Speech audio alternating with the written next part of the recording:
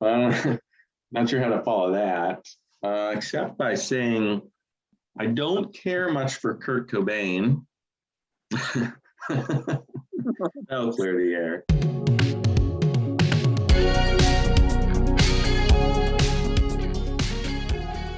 What's up, everybody? Welcome back to Taste Like Music. Jason, Joe, and Krams are here. And if you're new to the channel, basically what we do is cover a different band every week. Tuesday, we give you our rankings of all the studio albums of said artist. Wednesday, we do top 10 songs. Thursday, we do a third discussion video inspired by the artist at hand. That is what we normally do. This week, we're mixing it up a little. Typically, we have a 5-album minimum for the discographies that we cover, just because the smaller ones aren't as fun to rank, basically. But we don't want to pass over those bands entirely because some of those bands with small discographies are very important or very cool or very good.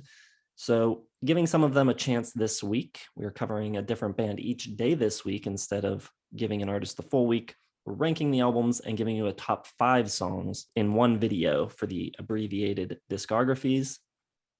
And today we are covering the band of the 90s, probably, as far as rock and grunge go. We got Nirvana, 3 studio albums to talk about. We do all kinds of different bands here. Sometimes we know them well, sometimes we don't know them at all, sometimes we love them, sometimes we do not. So what is your experience with Nirvana going into this video? Knew them a lot. Knew all of them a lot. And that's as simply as I can put it. And Nirvana Unplugged is my favorite live album of the 90s. We're doing top 5 songs, but I can do top 20 pretty easily. What about you, Joe? Never heard of them. So this week was very eye-opening. Just kidding. Of course, I know Nirvana. I've heard them all. Owned some of them. They're fine. We'll talk about them more soon. For people who watch the channel a lot, I think there's a perception that I don't like Nirvana, which isn't entirely true. Nirvana is not a band that has been deeply important to me or that I care about a lot, but I don't dislike Nirvana, as you will soon see. I don't live under a rock, though. I've heard all of these records before. I haven't spent a ton of time with all of them, but I have heard them. Yeah, we can get into it. Who wants to start? Joe, you want to go first on this one? Certainly. At the bottom for me, pretty easily, is Bleach. It's just so unmelodic. Like when I think of the things about Nirvana that I like, Bleach has none of those things. It's a lot of thrashing, distorted, droning guitars, heavy drums, unimaginative bass playing. I think the riffs are okay, but completely unmemorable. Pretty much throughout the entire album. Seems to be more about making noise than good music. The only thing that really hints of like something greater than whatever this is about a girl, of course. And if I'd heard Bleach in 1989, I never in a million years would have thought they were capable of something like Nevermind. Never would have thought they were capable of like making the leap into largest band in the universe. So I do think the leaps in songwriting between Bleach and Nevermind really shows how good Nevermind is, how good the production on Nevermind is. And Bleach is just not something I ever want to really listen to again. I have it at 3 stars. It's a nice, period piece. 1989 alternative underground, but I do not care much for it at all. Right. So for me, this was an interesting listen this week. None of these 3 records landed where I thought they were going to land. And if you asked me going into it, I would have told you this was my favorite Nirvana record. But at the bottom for me, I have In Utero. It has my favorite production of any of the records. I think the production on it's really cool. Steve Albini, love his drum sounds. I think the guitar tones really are great on this record. And I think That's the biggest difference between this and Nevermind. And where this gets a leg up on Nevermind is the guitar tones, which I think are great. And it's a really good balance of being like more raw than Nevermind, but still being kind of professional sounding and more professionally done than Bleach. So I think it's a best of both worlds kind of record. There's some good songs on it. Dumb is really cool with the great cello part on it. I remember being in like 5th grade hearing this and hearing Rape Me and just being so shocked at that song. But that's a really cool tune. Heart-Shaped Box is great. That video is forever etched into my memory. The drums on some of these tracks, especially at the first couple on the record, Scentless Apprentice, just so great. Dave Grohl just kicking the crap out of the drums. But looking at it song for song, I don't think the songs on this record are as memorable as they are on the other 2 records. And I don't think it's quite as tuneful as those records. Granted, that's by design, and that's part of the appeal of the record, that it's a bit heavier and punkier. But I think like Very Ape and Milk It, Radio Friendly Unit Shifter, Tourette's, those tracks, I don't know, that it's kind of missing the melody for me. And the great thing I think about the other 2 Nirvana records is that they are both kind of heavy, punk influenced records that still retain the melody. And a few of the tracks, not all of them, but a few of the tracks on this record kind of lose that, I think, a bit. All Apologies is great, perfect closing track, great song. So I think it's a good record. Love the production on it. 3.5 stars for In Utero. Well, my number 3, I'm with Joe. I've got Bleach.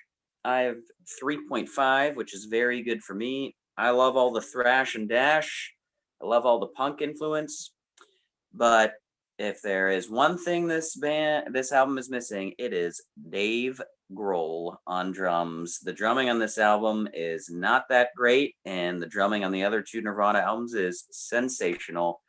The melody-driven grunge rockers aren't there. It's a lot more old school, but you know, there's still hints, like Joe said, about a girl. Really cool, dark and moody bass work on Blue. There's a lot more like mud and sludge on this, so really closer to like that Seattle Alice in Chains sound, mixed with like the punk tendencies and the architecture of the songs and chord progressions, which have that punk influence. Absolutely adore About a Girl. School is okay. I think the drumming on that song is the worst on the album. Scoff is a lot of fun. Just the adrenaline and the angst and the anger on here is great. You get that cool punky bounce and heavy riff on Mr. Mustache. Sifting is awesome. Really cool chugging. I love all like the youth calling out here, you know, in school, and song about teachers and schools and recess, and very just teenage alert. I think it's a really cool debut. I obviously am with Joe. I don't think you could foresee the almost immediate leap in quality that would happen. You know, if you put everything else out, coming out, and see that Seattle grunge era, you know, this isn't that much better than Mudhoney or, you know, Mother Love Bone, or, you know, I don't even know if it's better than them, or Soundgarden. Like, for them to be the icons, you couldn't tell in 89. And then by 91, 92, it's, you know, apples and oranges. It's crazy, at least to the general public, not to the 3 of us. But yeah, Bleach, awesome. Sadly forgotten at times and heavily underrated. 3.5 stars. Well, this album unfortunately did drop for me this week. Hate to say it, but In Utero, half brilliant, half pretty much unlistenable. And it's mostly just because Kurt Cobain just gave everyone the middle finger with his writing on this. He didn't want to be catchy. He didn't want to be radio friendly. He wanted to make a really ugly, just, you know, bad sounding almost record. And for much of this album, he succeeds. You know, Scentless Apprentice, Very Ape, Milk It, Radio Friendly Unit Shifter, Tourette's, Frances Farmer Will Have Her Revenge on Seattle. Just completely terrible music. It's awful. It's almost unlistenable. Complete 180 from what they had done on Nevermind, which made, you know, dark, punky, alternative, you know, ugly music, incredibly melodic, listenable and catchy. Kurt basically had earned the right to do whatever he wants. Steve Albini comes in for production, so you don't have that kind of friendly radio sound that Butch Vig is known for. The songs on this album that are good, though, are incredible. All Apologies has such a unique, cool sound to it. I love the trading off between the bass and the guitar. And I agree with Jason, the guitar tone sounds great. The drums sound phenomenal. Dumb is great. Love the orchestration.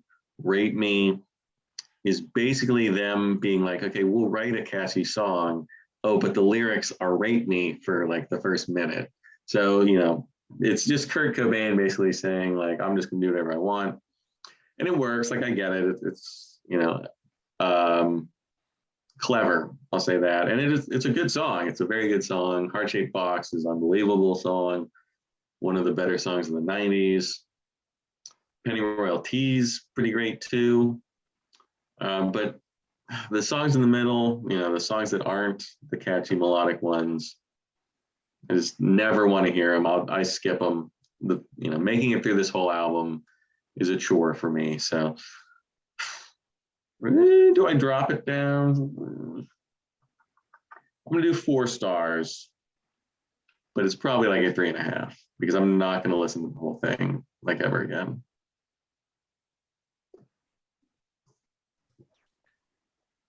That was the most Joe review of all time.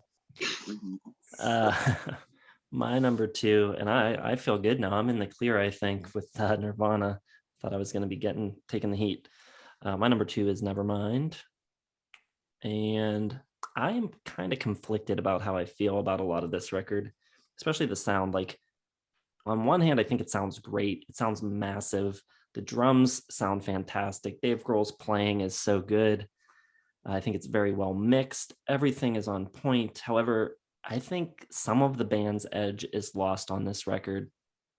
And I don't think the cleaner production always works in its favor. I can kind of see why Kurt Cobain kind of had the reaction he did to it, where he didn't really like it after it came out. He said it was like a Motley Crue record. It's not, obviously, but being a punk or like a fan of punk music and hardcore and underground type of stuff, feeling like that he had kind of sold himself out a little.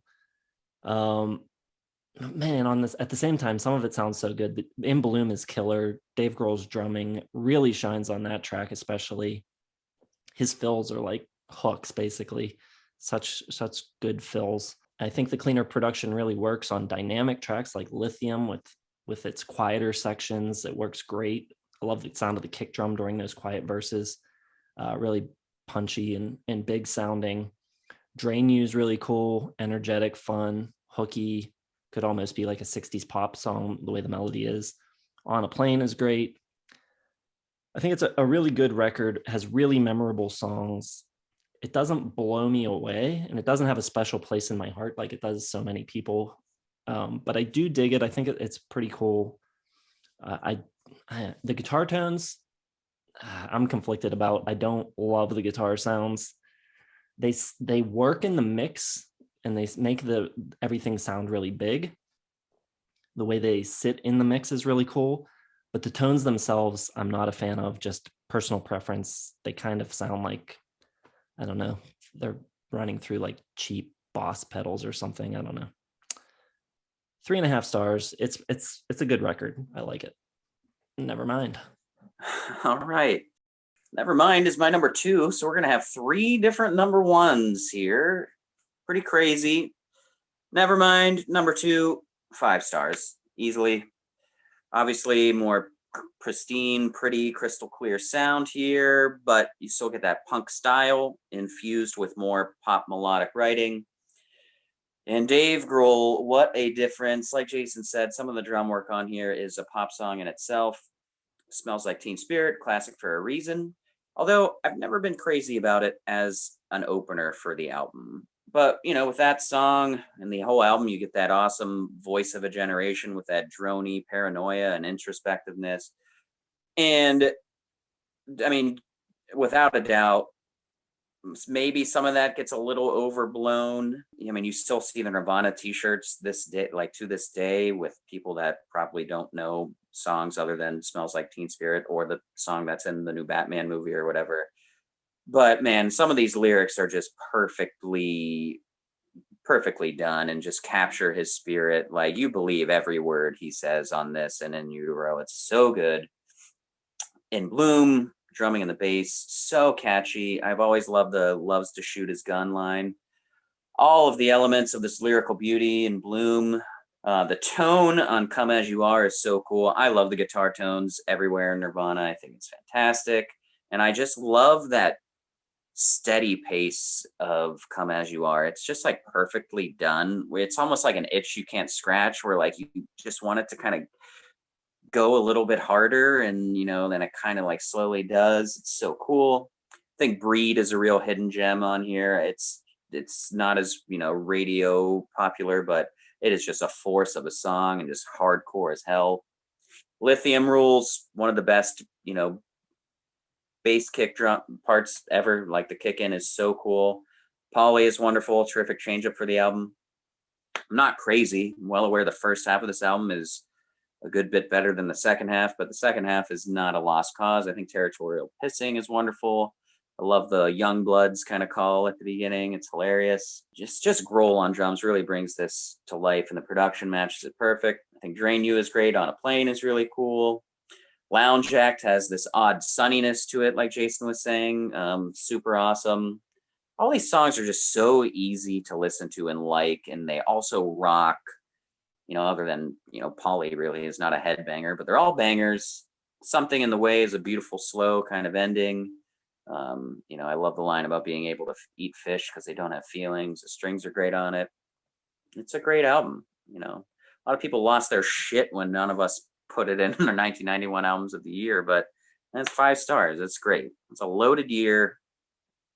Nevermind. Great baby penis too. Not sure how to follow that, except by saying I don't care much for Kurt Cobain. That'll clear the air. How are these scores this high with your rhetoric? Rhetoric is like all the way in the pits, and you're like, fine, I'll give it 4 stars. Right, fine. In Bloom, 3.5 stars. Nevermind, 4.5 stars. I do think it's a great album. Fantastic. I love the speed, punk, the rawness. I think it's probably a little overrated, obviously, because it's not my favorite album of all time. I don't consider it one of the top 5 or 7 albums of 1991. I don't care. Sue me. I think, a song like Smells Like Teen Spirit captured the zeitgeist of the time so well, blah, blah, blah. It does nothing for me because I was not listening to music in 1991. I have no idea what was going on in 1991. I do not care. And all I'm really interested is the music itself, which is very good. The drumming is amazing, incredible bass lines all over the place. I think the lyrics in Smells Like Teen Spirit are complete gibberish, nonsense, just total garbage. I think it's a pretty weak track to be considered so good. I don't care. Probably my least favorite on the whole album, actually. Much better In Bloom. Love the bass. So chunky and clanging. I think Novoselic's bass lines are a huge reason why this band is so successful. They're so melodic. They're so catchy. It's really incredible the way it works with, Kurt Cobain's really like raw edge, and you have like these really melodic bass lines, this great drumming, and it's always like a balance of like which one's going to take over. And I think by In Utero, it tipped over a little too much into that raw harshness. But on this album, it works really well. Breed, amazing. I love when they get really speedy and punky and fast. Same with Territorial Pissings, that come on everybody, that little like 60s 50s folky throwback. in the beginning, and then it just like gets into it, is great. On a Plane, amazing song. Maybe my favorite thing in their entire catalog is that 2-second bass solo after the bridge before it like launches back in the pre-chorus. It's so harsh and like ugly, but catchy and just like invigorating at the same time. So and here's what I'm getting to. When it works so freaking well. Like it's just unbelievable the way it all like comes together, the disparate elements. But when it doesn't work, it just completely turns me off, like a lot of Bleach and In Utero. But when they were on with this production from Butch Vig, like it just makes a world of difference to me. Like it's just like, here's the line with like a regular Steve Albini production, and like, oh, it just like crosses the line and becomes like something way more. So I do think it's a great album. I love the soft loud dynamic. We really haven't mentioned that and how prominent it is on here. I love when they do like the poly, like just totally turn it down and Something in the Way, totally turn it down, take off the brutal harshness and speed, because they can do both so well. And it just sucks, in my opinion, that they just threw all this away for something like In Utero, just to make it like as uncommercial and as unfriendly as possible, because I think, obviously they could have been one of the great bands of all time. I don't believe they are. I know everyone else does, but I'm going to settle for them being a very good band with some really great songs and one great album. That is my heel turn. All right. This is my favorite Joe video now. Yeah. Until the Slint video tomorrow. We'll see. Listen, I've been building up a lot of thoughts about Nirvana because I've heard so much about them. My sister loved them. Like everybody loves them. And it's just like, drives me nuts. You put so much stock in what general critical consensus is with your feelings. Like before you listen to anything, you're like, all right, what do people think? No, fuck this review. Fuck this review. Fuck this review. I listen and then I see the reviews and I get angry because they're just so full of shit. Is basically how I feel, because people write reviews based on what they want, what they want you to feel about their own writing and not about the actual music. Like they want to be cool, they want to fit in. Like you're not allowed as a music critic to like not like these albums. And I just think that's wrong. We all like them. Jason might even hand out a 4-star for Bleach, which is inconceivable to me. Oh, come on. 3.5 stars for Bleach, my number one. So Chad Channing on drums. And the drum sound, I think, is the album's weakness. But I think Channing's playing is serviceable. It's obviously not Dave Grohl, but I don't think it gets in the way too much. The opening bass on Blue sounds so gnarly, so awesome. Love the way it sounds. About a Girl is great. One of Kurt Cobain's strongest melodies. That also has a great bass line. I think School is a really cool song. Don't really like the double kick on it from Channing, but otherwise, that's a great song. And I think I like Nirvana best when they're a little rough around the edges and when kind of the aggression and the heaviness takes precedent, but you still have the melody kind of peeking through. Like there's really catchy melodies underneath when the melodies aren't necessarily at the forefront and the band's taking a back seat, but the other way around, which it is on this record, where it's a little more raw. And I just think they're a better band when they're left that way. I think the guitar and bass tones on this record are killer, really good. And it's interesting, we just talked about Jane's Addiction yesterday and talking about their production and how so many bands around this time were still falling prey to sort of the 80s hard rock, hair metal cliches. Even when the music wasn't that production style was just still dominating so much of like every type of rock music. But it doesn't touch this record at all. And I think that's because Nirvana is coming from more of a punk background aesthetic. Of the big grunge bands, they, I think, incorporated more punk than any of the others in that grunge formula, which we've discussed, kind of being punk meets metal meets classic rock. Nirvana definitely leaned heavier on the punk end of the spectrum. And I think because of that, that is possibly why they are the band that had the biggest impact, because you'd already had, when Nevermind came out, you'd already had, Alice in Chains put out records, and Soundgarden, I think they were even putting out major label records by that point. So I think because they were more different than anything else, because they had more of the punk background, that gave them the ability to have a bigger impact when they finally broke through. Whereas, Man in the Box comes on the radio, and yeah, it's awesome, but is it that different from what has been going on? So I guess what I'm getting at is, I think that is the most important element of their sound. I love it on this record.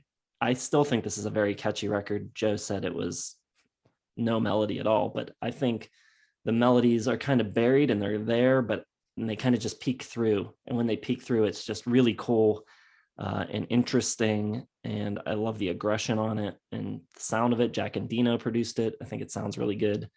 So Bleach is my number one. They're all 3.5 stars, so there's not that much separating them. There you go. Oh, man, I am just dumbfounded. Joe's general distaste / confusion and internal struggle with this. Jason not picking Nevermind, which Paul McCartney said was a melodic masterpiece. Like, you guys should all be in a tent together, rolling around with your melodies and all that. So my number one is In Utero. And man, for Joe claiming this was a direct approach to not make the radio, 30 years later, you still hear 4 or 5 of these on the radio all the time. And that's because it's awesome. And it is darker and moodier and more miserable. Like, it's just one big rainy, dark despair album. And it's awesome. Serve the Servants is really underrated. It's got more of like a jangly rocker feel. I think it's a great opener. Tried hard to have a father, but instead I had a dad. Great line. Scentless Prentless, great follow-up. I love the mix on his voice here. It really sounds like a prophet. That riff with the bass guitar and kick drum all in unison, really cool. Heart-shaped box, beautiful with rage and unhappiness, such despair and darkness. Rape Me in the same vein is excellent. I love Francis Farmer. I think it's amazing. I think it's menacing and crazy. Dumb, we've talked about a lot on the channel as one of my favorite string parts ever. Maybe my favorite cello, as Jason said. It's just got that beautiful, dark, hollowing sound that just swallows you whole. Very Ape has that really cool, weird lead. I think this album is underrated for its weirdness and the songs that aren't very radio friendly. I think it's so cool. Milk It is weird and creepy and has a disturbance to it. Penny Royalty is great. Totally great melody and a lovely song. I love the violent craziness of Tourette's. All Apologies might be it's not my favorite song. That is the last song on an album, but to wrap up the emotion of an album, I don't know if any song like All Apologies really does it as well. It just takes every emotion, heartfelt, dark, veiny sentiment of In Utero and puts it into one song, and it ends with the lines over and over, all alone is all we are, which is how you feel listening to In Utero. It's fantastic. I love the drum sounds. I love Cobain's voice here. I love how it's darker and subdued compared to Nevermind, and the guitar tones are terrific, especially on All Apologies. And Joe said something that we haven't talked about enough. Novoselic's bass work, tremendous. I think and I used to not really think so until I got addicted to watching the Unplugged DVD, and I was like, wow, he's a tremendous bass line writer, like absolutely fantastic. So yeah, another 5-star album. They've got 2 from me. In Utero, fantastic. Let's do songs, guys. Right, if we have to. Number 5 for me, I got Breed, which Kramzer mentioned as an underrated track, and I totally agree. I love the fuzz bass. It's a brutal riff, unhinged vocals. Maybe their biggest is like straight up ass kicker song. I think it's great. Number 4, In Bloom, killer drumming from Grohl on this one. The way the bass and the guitar take turns as the lead instrument is great. Love the macabre lyrics that sell to kids for food.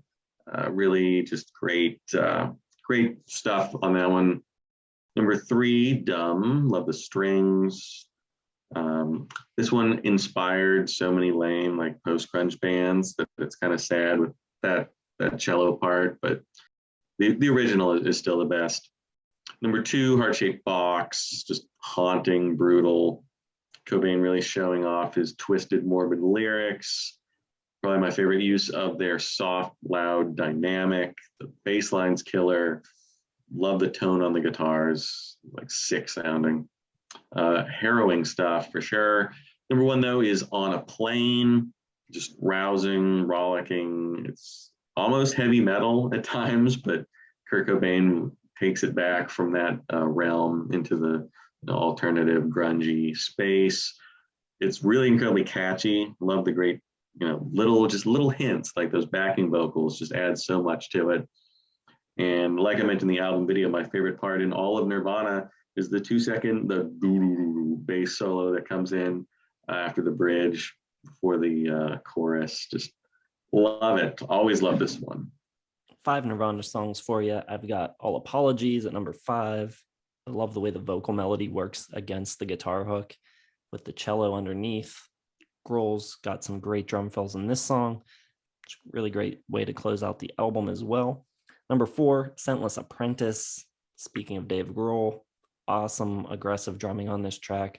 Got that great Steve Albini drum sound. Kurt screaming his head off on this song, and the way his vocals distort sounds so fantastic. I love it. Number 3, Drain You from Nevermind. I mean, with a different arrangement, this could sound like a 60s pop song. Just a really, really strong melody.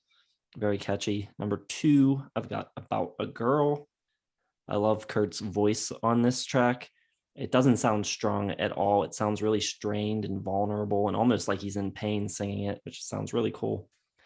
Number 1, though, is In Bloom, probably the best combination of the punkier, heavier side of the band and being super melodic.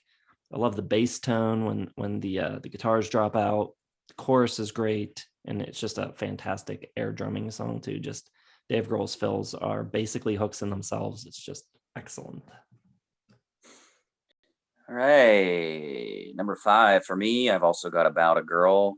There's something really hypnotic just about those 2 chords going back and forth in the verse. Na, na, na, na, na, na, na, na. And yeah, I love what you said about his voice. It sounds like he's about to just bleed like in his throat, but he sounds so good. And I think it's one of his better melodies he's ever written. Like, I love when he goes up to the, but I can see you every night. Like, that's just so well written. Number 4, I'm cheating a little bit here. I'm going Live and Unplugged. I can't in my right mind keep this from my top 5 favorite Nirvana songs. I've got The Man Who Sold the World, the Bowie cover. It's one of my favorite covers of all time. Sure, we're doing top 5 and I should have thrown in some originals, but I can't lie. It's one of my favorite songs ever. I think they do it at a little bit of a different pace and it's like perfect. And I think it's a perfect song for them to cover. Number 3, All Apologies. Love the bass line. I love the guitar line. I love the lyrics. I love how it ends with the all alone is all we are. It's a fantastically written song. Number 2, Heart-Shaped Box. It's got that just darkness to it. And the Cancer line is so good. Radiohead kind of ripped it off a little bit with that bass for My Iron Lung, but it just sounds so cool. Number 1 is Dumb. The strings, the songwriting, the mood of it, the atmosphere is just perfect. He sings, like, the melody that he wrote is like perfectly odd and in between, but just fits everything so well. It's also like a kind of weird register. Fantastic. All right, so there we go. Nirvana albums and songs. Let us know how you rank the records and what your favorite Nirvana songs are down in the comments. If you like the video, hit the like button. If you want more of this type of content, we've got another band tomorrow. We're covering Slint, and then we cover a different band every week. So be sure to subscribe, hit the bell for notifications. You can also follow us on social media, Facebook, Twitter, Instagram, our website, Patreon. We have a merch store. All of those links are in the video description. So check those out. Thanks for watching, and we will see you in the next one.